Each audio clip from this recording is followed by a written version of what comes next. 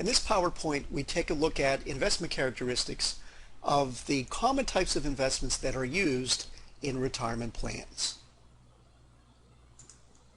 Money market fund investments inside a retirement plan provide the liquidity that is needed whenever distributions need to be made.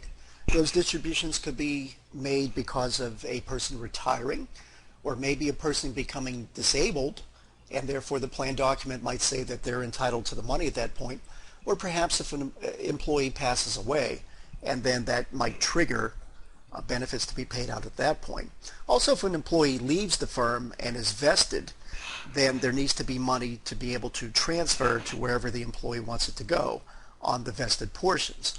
The advantage of the money market is that it is liquid, it is easily converted to cash, there's low default risk, stable value, it is designed to always be priced at $1 per share. The problem, though, of course, is that it has a very low real rate of return, especially today. Fixed income investments, such as mortgages and bonds, can be used to fund future obligations of the trust. One problem, though, is that they are not liquid. If you have to sell them before maturity, you could get a price above or below what the trust paid for them. They do have a fixed return, so if interest rates do rise, your interest payments are not going to rise with it. In fact, if interest rates rise, the value of the bonds are going to decline. Fixed income investments also could lose value if they're sold before maturity, if interest rates go up. Or for example, right now, if the 10-year Treasury were to go up in interest rates 1%, in other words, you could buy a brand new interest rate for 1% more than you could today, the value of those 10-year Treasuries would go down about 8.81% in value. So this is a factor, and one way to immunize the portfolio against market risk in bonds is to match the duration of the portfolio to when the money is needed. So there could be some opportunities to use that. One big drawback about using mortgages and bonds is that they generally don't have an opportunity for growth. There can be a lot of inflation problems and principal erosion because of inflation, the purchasing power risk. Common stocks can provide the best opportunity for growth in a retirement plan portfolio. They can generate income through dividends off the stocks and growth from capital appreciation opportunities. They are marketable in that it is not difficult to sell the stocks since they generally trade on exchanges, but they are not liquid because there is certainly no assurity that you can liquidate a stock and get back your principal without an opportunity for loss. So they are marketable but not liquid. There is business risk and market risk associated with common stocks. The business risk is the risk that the management might do things that are not favorable for the company, not in the best interest. And market risk involves the fact that even if you have a good company in the portfolio, good stock, that if you have a market crash or a big downturn in the market, your stock may go down in sympathy with the rest of the market also. Historically, stocks give very good returns, possibly even double-digit returns over time, and they usually stay ahead of the inflation rate.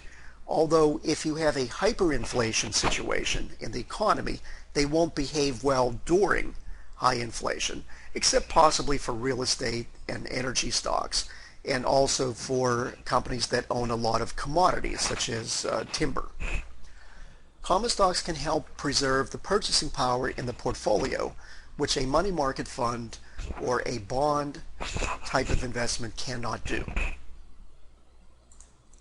A mutual fund is a professionally managed portfolio that has a goal that is stated in the prospectus, and if the goal matches one of the goals of the retirement plan, it certainly could be included.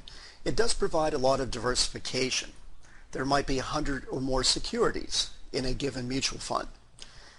They might be slightly more liquid or even more marketable than a common stock investment can be, and if it's an open-ended fund, then generally every day that the stock market is open, the mutual fund company is willing to issue more shares or buy back shares from those who want to redeem.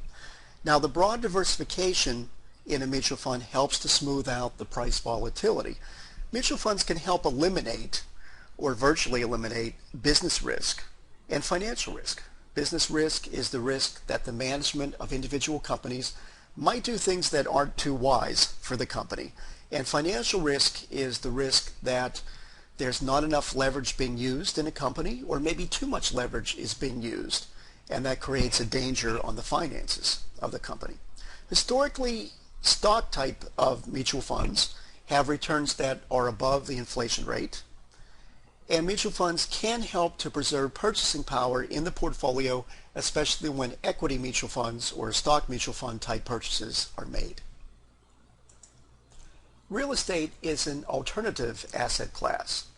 So unlike the typical use of stock funds and bond funds and money markets, adding something that is not highly correlated or directly correlated with stocks and bonds and money markets can make sense because it creates another level of diversification. In other words, it reduces the overall risk. Real estate can be an appropriate part of a retirement plan. However, of course, real estate, and especially the physical real estate, the actual buildings or land that the real estate is sitting on, is not liquid, of course. It can take a long time to close on a real estate transaction and even to find a buyer for real estate. But with real estate mutual funds, for example, redemptions can be made every day that the market is open. Generally, real estate is more stable than common stock, and that can be an advantage. And usually real estate gives us an inflation hedge, although usually not as large as stocks. Typically real estates give a rate of return that is at least 1% greater than what the inflation rate is over time. Guaranteed interest contracts, sometimes called guaranteed insurance contracts or GICs, are insurance company products that behave much like a certificate of deposit. The retirement plan deposits money into the plan. They get a guaranteed rate of interest over a fixed time. There could be liquidity provisions provided in the contract so that some of the money might be able to be received back by the retirement plan before the maturity date. And if money is taken out before the maturity date of the contract, usually there is a market value adjustment. So if interest rates were to move upwards, there might be a little bit less money coming out than what would be expected at the time of a liquidation. They do not have, though, an interest rate risk during the term because the plan is designed much like a CD.